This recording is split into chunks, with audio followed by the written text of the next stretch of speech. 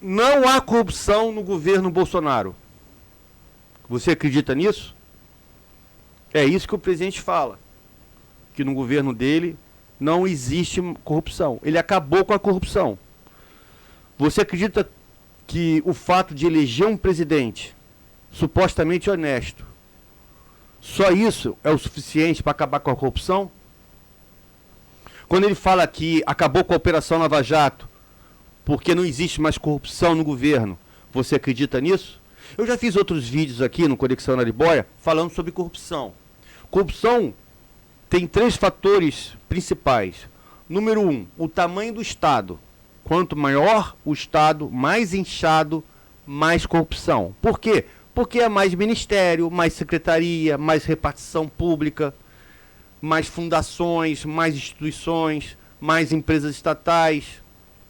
E assim você incha o Estado com cargos comissionados, indicações políticas, cargos de confiança, parentes, amigos.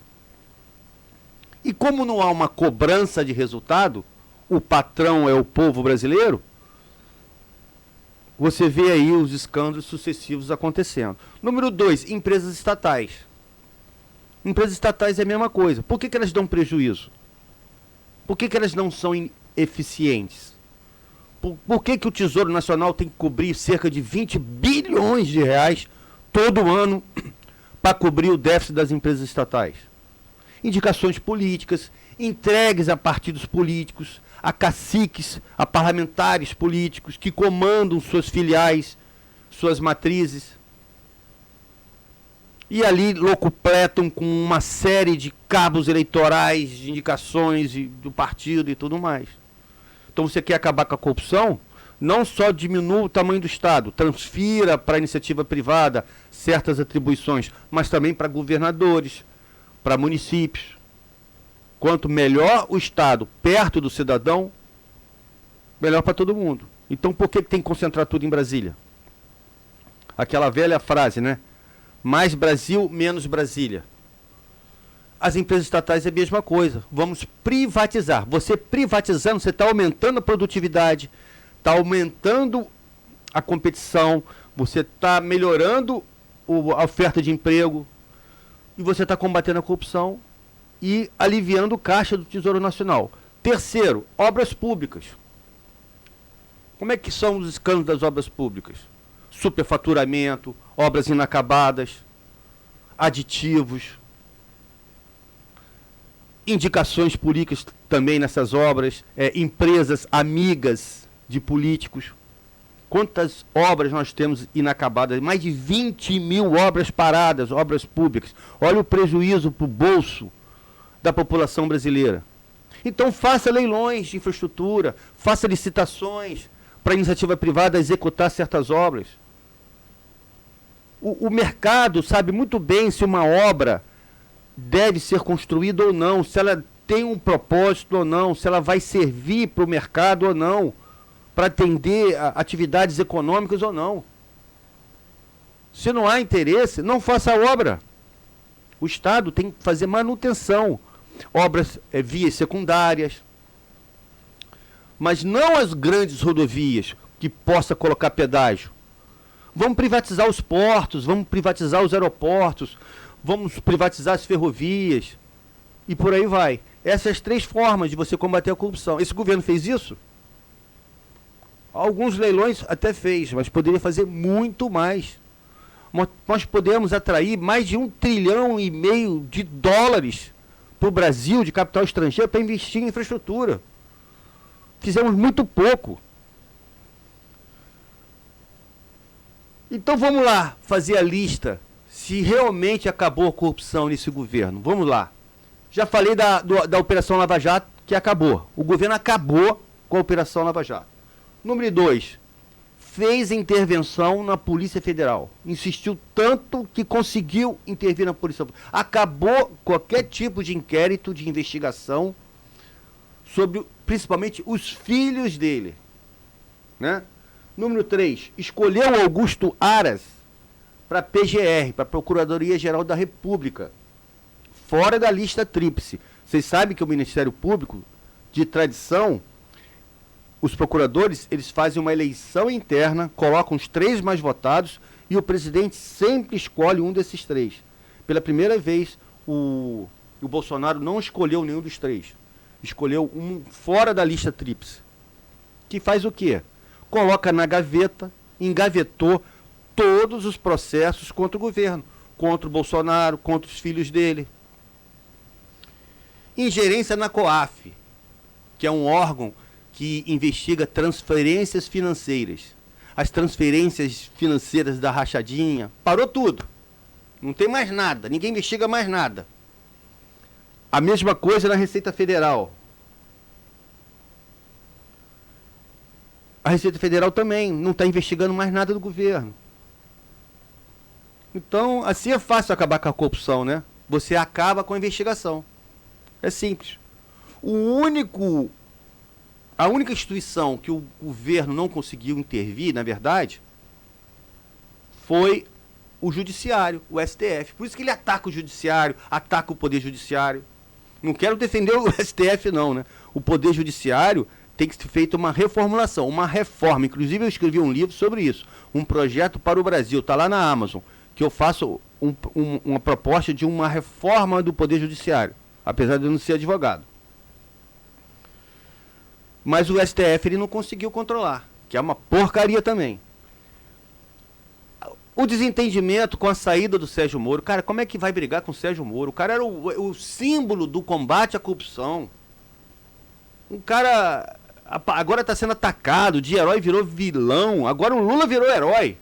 Agora mudou as coisas. Olha o poder judiciário que nós temos. Olha essa relação política que nós temos de legislativo, judiciário, executivo, sabe? Tentáculos ali para preservar grupos ideológicos, tirar todo mundo da cadeia. Todo mundo da cadeia, fora da cadeia. O único é o Sérgio Cabral, pegou 300 anos. Vai ser solto, hein? Vocês vão ver. Então, no Poder Legislativo, por exemplo, ele gastou dinheiro, distribuiu cargos, emendas parlamentares para eleger o Arthur Lira na presidência da Câmara dos Deputados. Aí você pergunta, se tem 130 processos de impeachment contra ele, nenhum deles é pautado. Por quê? Porque o Arthur Lira está lá. A eleição para o Rodrigo Pacheco foi a mesma coisa, para a presidência do Senado. Ele não queria abrir a CPI da Covid. Foi o STF que obrigou ele. Agora a CPI quer prorrogar a CPI, quer autorizações do presidente, que precisa pegar autorização do presidente do Senado para fazer algumas diligências, quebra de sigilo bancário. O presidente do Rodrigo Pacheco não ajuda em nada a CPI. Entende?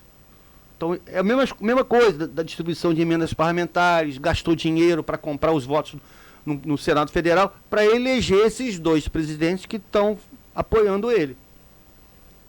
O caso das rachadinhas, do Fabrício Queiroz, cadê? Tudo parado. Fabrício Queiroz solto, a investigação das rachadinhas parada. O cheque de R$89 mil depositado na conta da Michele Bolsonaro, também ninguém explica nada. Acabou, ninguém fala mais nisso.